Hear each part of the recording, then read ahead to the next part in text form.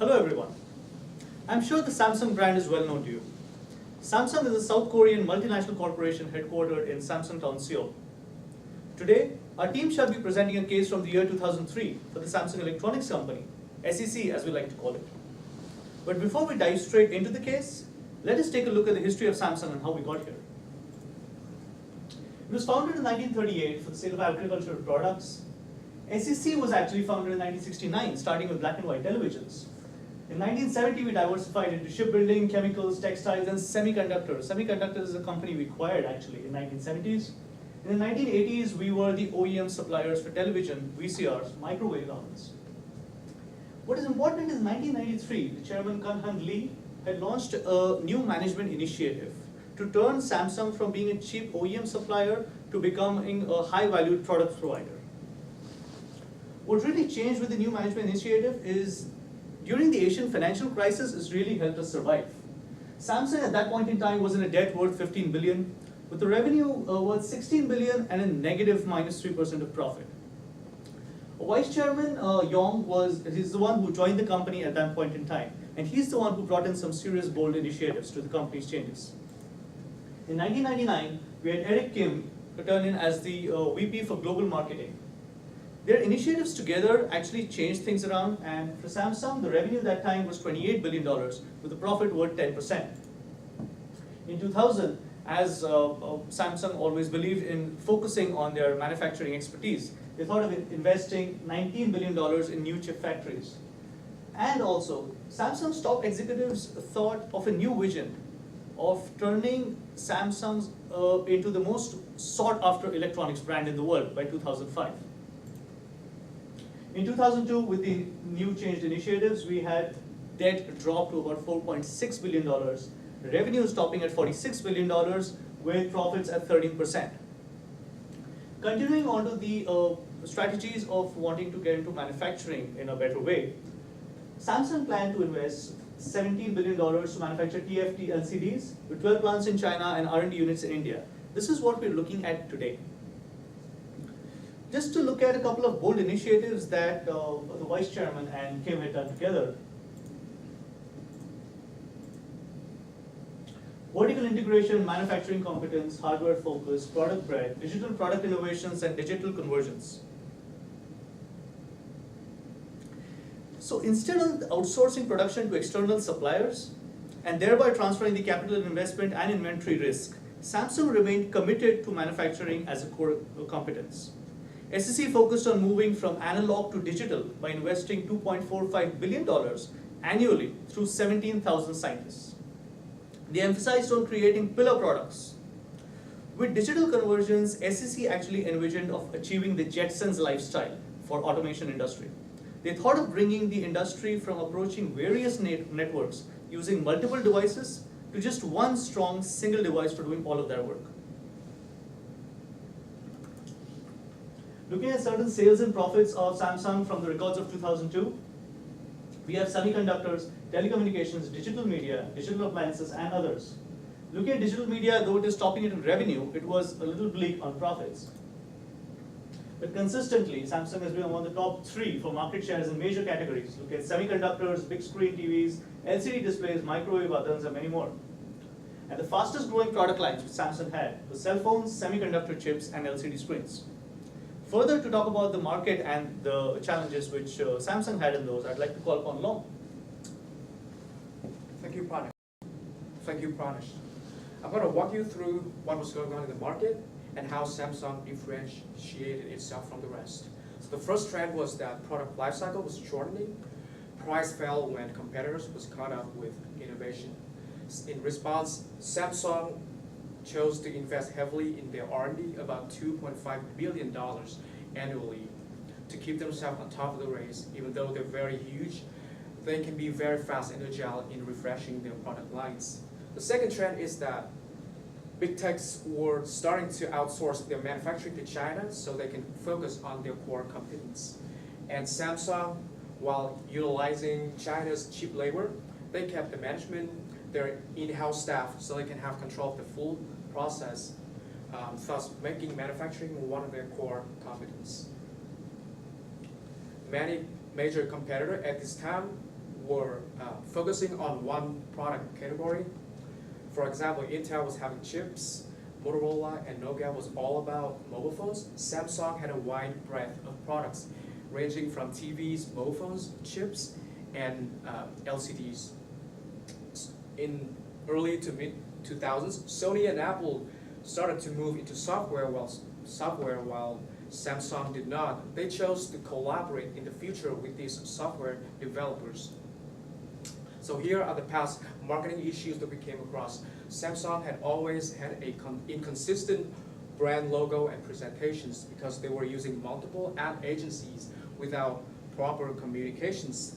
Their marketing campaigns all over the world were fragmented and they did not convey the same message. Samsung also had these internal problems when their top management was not on board with the idea of investing more in marketing because they thought a good product is good enough to bring in the customers.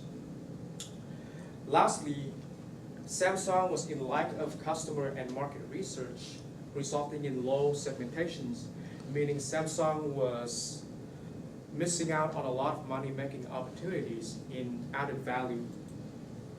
So how did they deal with these problems? First of all, they had to deal with their internal problems by having everybody on board in marketing. Second, they hired one global ad agency to unify and reorganize their brand logo and presence. To help with their market research, they created something called the AdNet program. So this program helps them to allocate their budget better in marketing based on their past data. They also started something called the market-driven change by talking to the customers and find out what they want in a product and then use whatever they have on hand to deliver that instead of going with the guts of the engineer. So as you can see here, these are three of the most notable marketing campaigns that Samsung had in the 2000s. The digital everyone's invited, the Olympic sponsorships, and the product placement in a blockbuster movie, The Matrix. With all that said, we've came up with this SWOT analysis. This is basically a summary and a combination of what we've talked previously about, both externally and internally of Samsung. Because of the time constraint, I would like to move on to the next slide presented by my colleague, Kayla. Thank you so much, Luan. All right, so we now have a situation with basically all the information going on within the market with Samsung and all the competition. So specifically, we've been able to identify some key issues as a result of this case. So specifically, one of our first issues we've been able to identify is the brand perception. So specifically, as my colleague Pranesh mentioned a little bit earlier, Samsung was basically looking to become a global brand, a blockbuster brand by the year 2005. So specifically, they were looking to overtake the other, Samsung, Nokias of the world and make sure that they were on top of the industry. So specifically, they wanted to make sure that they were capitalizing on the effect that they already had in the industry and make sure that they were able to keep their customers and have that high satisfaction among the consumers with the technology. Another issue we were able to identify is the segmentation. So specifically, they realized that across different countries, across different age groups and nationalities, that there were different preferences in the relational style of people to their technology. So for example, in Brazil, you see that there is a high desire for having a perfect fit with technology, as opposed to Germany and the UK, which have more of a non-committal relationship with the technology that they have. So specifically, they've been able to identify that the perfect fit, or as you get higher on the charts, that there's more of a brand loyalty. So they were sort of noticing that, and they knew that they had to specifically target their ads based on the perception and relational style of each country. Another issue we could identify is the brand appeal, so specifically with a couple of their key competitors. So Nokia and Sony both had a lot of positive adjectives to describe their brand and the whole customer experience with them. So Nokia was described as being curious, colorful, competitive, all positive attributes, as well as Sony being visionary, a trendsetter, smart, fashionable, all great qualities to possess in a brand. And then we look at Samsung and we can see there's a mixed bag of opinions of the brand. So they have some positive, negative, and neutral adjectives to describe them. For instance, fashionable, not afraid, loner, arrogant. I mean, they were trying to make sure that all these perceptions were changed to positive experiences and positive descriptors of their brand. Lastly, the issue of internal value. Really understanding the internal employee standpoint on the value of marketing and the value of research and development. So specifically, some of the employees figured, or they thought that the money that they were spending extra on marketing would have been better used in research and development. So specifically, one of our employees said there's no substitute for a constant stream of bigger and better new products. So that was one opinion. Another opinion is even if we have the best products in LCD televisions, for example, the shelf space is so cluttered with options that we need the strong brand to break through. So we were basically wanting to make sure that we could resolve this issue of internal debate on the value of marketing. So all this being said, basically our problem statement that we were seeking to, resolve in this situation is how do we become a premium global brand with the best products and greatest consumer appeal? So to present a few of our proposed solutions, I present Grant. Thank you, Kayla. So after we, like Kayla said, found the situation and the problem, we created a few potential solutions. The first one being the simplest, to do nothing. The case study shows that Samsung has actually been performing fairly well in the years leading up to the case study, so it's easy to kind of adopt the mentality that you don't really need to do anything. However, we feel that this plan has a few drawbacks, namely that Samsung, using this plan, wouldn't really be able to effectively change its brand perception, as Kayla discussed. And it also seems likely that Samsung would have difficulty breaking into those harder to reach markets. Another option we had was that Samsung would prioritize research and development.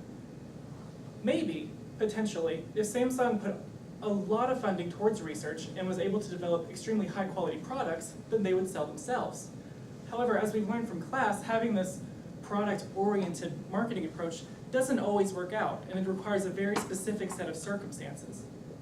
It also creates a marketing myopia, where Samsung could very easily only be focused so much on the product that they lose sight of consumer trends, and eventually fall behind from their competitors. So, this leads us to our third option, where Samsung implements market segmentation like Kim suggests. This would create a nice balance where they would be able to market to those harder to reach locations while maintaining a high level of product innovation and quality. Hopefully this would create market-driven change where Samsung would create products that consumers want and need instead of creating products that no one really has any use for. This way, Samsung could become the electronics brand of the world and keep moving forward in consumer-focused marketing. Now I'm going to turn it over to Sarvajit, who will discuss how to implement this plan in Samsung. Thank you, Grant. As Grant mentioned, that the third option is what we propose Samsung does to achieve its goal of becoming a blockbuster brand over the next 2 years.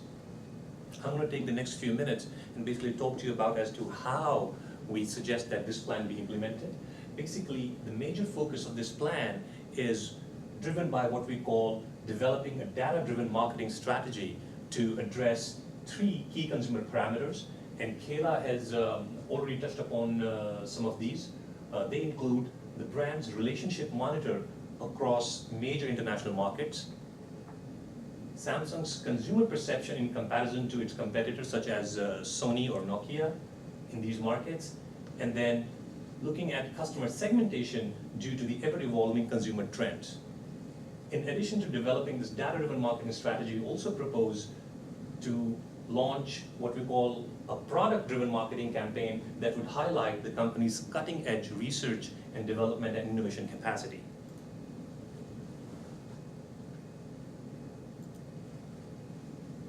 you've seen this slide before where we see how the customer relationship monitor is spread out in a country like USA. There's a significant number of people who feel very strongly about a non-committal kind of relationship, whereas a certain number of people also want a trusting relationship with the brand.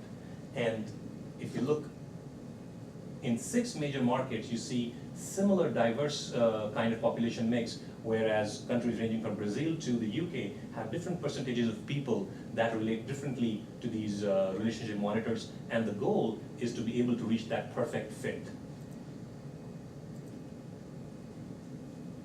So to be able to do that, we suggest developing an approach that would not only monitor these relationship monitors in these markets, but also change the brand's perception across these markets. For example, we propose that Samsung initiate a perfect fit and follow the leader kind of a focused branding campaign in specific markets like USA, UK, and China, whereas take a slightly different approach that will focus on price-based and non-committal marketing campaigns in countries like Brazil, Germany, and Hong Kong. To change the brand perception, we propose that Samsung continue to innovate and lead this marketing campaign by investing in technological innovation. That in turn would give the company a chance to develop a marketing campaign that would focus on showcasing the improved product quality, high reliability, and a fast-paced product evolution. Then the most important aspect that we propose is to launch a campaign that will be driven by customer segmentation. In the case study, the consumer research has shown without reasonable doubt that the present-day customer is highly advanced, and what are some of the key consumer trends that have been identified. Along those lines, it's been established that the present-day customer, or what they call the vanguard customer, has a very high technological demand. That in turn makes a product's life cycle relatively short. They want connectivity at all times and digital convergence almost at every point in their life. And that again brings us to the point where consumer research has shown that the consumer wants a constant delight. So therefore, to address these things, we propose a branding strategy that introduces customer segmentation, showcases technologically innovative product development within the company, and launch not only a digital campaign, but something, what we call a phase 2, digital everywhere marketing campaign. And finally, in proposing a product-driven marketing campaign, we want to showcase a sustained commitment of the company to product innovation. That would include newer, better products being launched into the market that automatically would result in higher market share, a better customer perception, increasing the brand image, and also achieving customer segmentation at the same time. Very briefly, as my colleagues mentioned, digital media makes up for a very high revenue chunk for Samsung. However, when you look at the profits from digital media, they're disproportionately low at 6%. How to address that? One of the key things that we propose is, can do immediately, is to focus on a new product line, such as cellular phone market share, which is relatively low at 10%. Focus on marketing our cellular phones, and that in turn would give us a platform to also engage in digital media market and hopefully increase our revenue. So these two or three things combined, I think, will give the company an opportunity to bring about digital convergence and increase market share, as well as achieve customer perception and segmentation. So basically, to end our proposal, we recommend a customer segmentation-based marketing strategy. However, that does not mean that Samsung should sacrifice its research and development and its commitment to innovation. However, the data-driven marketing strategy should be at the forefront, followed by a product-driven innovative marketing campaign in the background. Thank you for your time.